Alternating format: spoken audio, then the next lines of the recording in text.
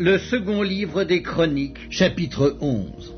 Roboam, arrivé à Jérusalem, rassembla la maison de Juda et de Benjamin, 180 000 hommes d'élite propres à la guerre, pour qu'ils combattissent contre Israël, afin de le ramener sous la domination de Roboam. Mais la parole de l'Éternel fut ainsi adressée à Shemaja, homme de Dieu. Parle à Roboam, fils de Salomon, roi de Juda, et à tout Israël en Juda et en Benjamin, et dis-leur, ainsi parle l'Éternel. Ne montez point et ne faites pas la guerre à vos frères, que chacun de vous retourne dans sa maison, car c'est de par moi que cette chose est arrivée. Ils obéirent aux paroles de l'Éternel et ils s'en retournèrent, renonçant à marcher contre Jéroboam. Roboam demeura à Jérusalem et il bâtit des villes fortes en Juda. Il bâtit Bethléem, Étam, Tekoa, Beth-Sur, Soko, Adulam, Gath, Méresca, Ziph, Adoraïm, Lachis, Azeka, Soréa, Ajalon et Hébron, qui étaient en Juda et en Benjamin, et il en fit des villes fortes. Il les fortifia et y établit des commandants et des magasins de vivres, d'huile et de vin. Il mit dans chacune de ces villes des boucliers et des lances, et il les rendit très fortes. Juda et Benjamin étaient à lui. Les sacrificateurs et les Lévites qui se trouvaient dans tout Israël quittèrent leur demeure pour se rendre auprès de lui, car les Lévites abandonnèrent leurs banlieues et leurs propriétés et vinrent en Juda et à Jérusalem parce que Jéroboam et ses fils les empêchèrent de remplir leurs fonctions comme sacrificateurs de l'Éternel. Jéroboam établit des sacrificateurs pour les hauts lieux, pour les boucs et pour les veaux qu'il avait faits. Ceux de toutes les tribus d'Israël qui avaient à cœur de chercher l'Éternel, le Dieu d'Israël, suivirent les Lévites à Jérusalem pour sacrifier à l'Éternel, le Dieu de leur père. Ils donnèrent ainsi de la force au royaume de Juda et affermirent Roboam, fils de Salomon, pendant 3 ans. Car ils marchèrent pendant 3 ans dans la voie de David et de Salomon. Roboam prit pour femme Mahalat, fille de Jérimoth,